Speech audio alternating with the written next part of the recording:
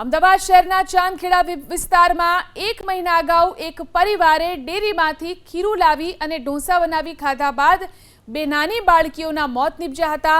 ત્યારે આ ઘટનામાં 1 મહિના બાદ 2.5 માસની બાળકીનું પોસ્ટમોર્ટમ કરનાર ડોક્ટરે મોતનું કારણ ન જાણી શકાયું હોવાનો અભિપ્રાય આપતા બાળકીનું મોત રહસ્ય જ રહેશે।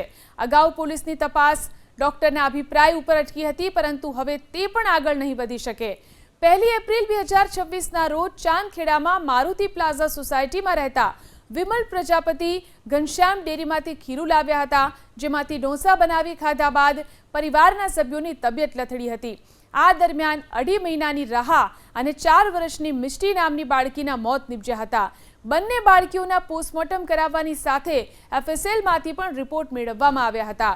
જે તે સમયે રિપોર્ટ આવ્યા બાદ પોલીસે ડોક્ટરનો અભિપ્રાય મેળવવાનું જણાવ્યું હતું। પોલીસે રિપોર્ટ પોસ્ટમોર્ટમ કરનાર ડોક્ટરને તપાસ અને અભિપ્રાય માટે આપ્યા। આ રિપોર્ટ અને તપાસ દરમિયાન રાહાના મોત માટે કોઈ યોગ્ય મેડિકલ પુરાવા મળ્યા નહોતા, જ્યારે કે મિષ્ટીના મોતને લઈ મેડિકલ ટીમે કોઈ અભિપ્રાય ન આપ્યો હોવાથી પોલીસ હવે તમામ પુરાવા મળ્યા બાદ જરૂરી કાર્યવાહી કરશે। આ કેસમાં હજુ પણ મેડિકલ ટીમ કે પોલીસ મોત કેવી રીતે થયું તેના નિર્ણય પર પહોંચી શકી નથી।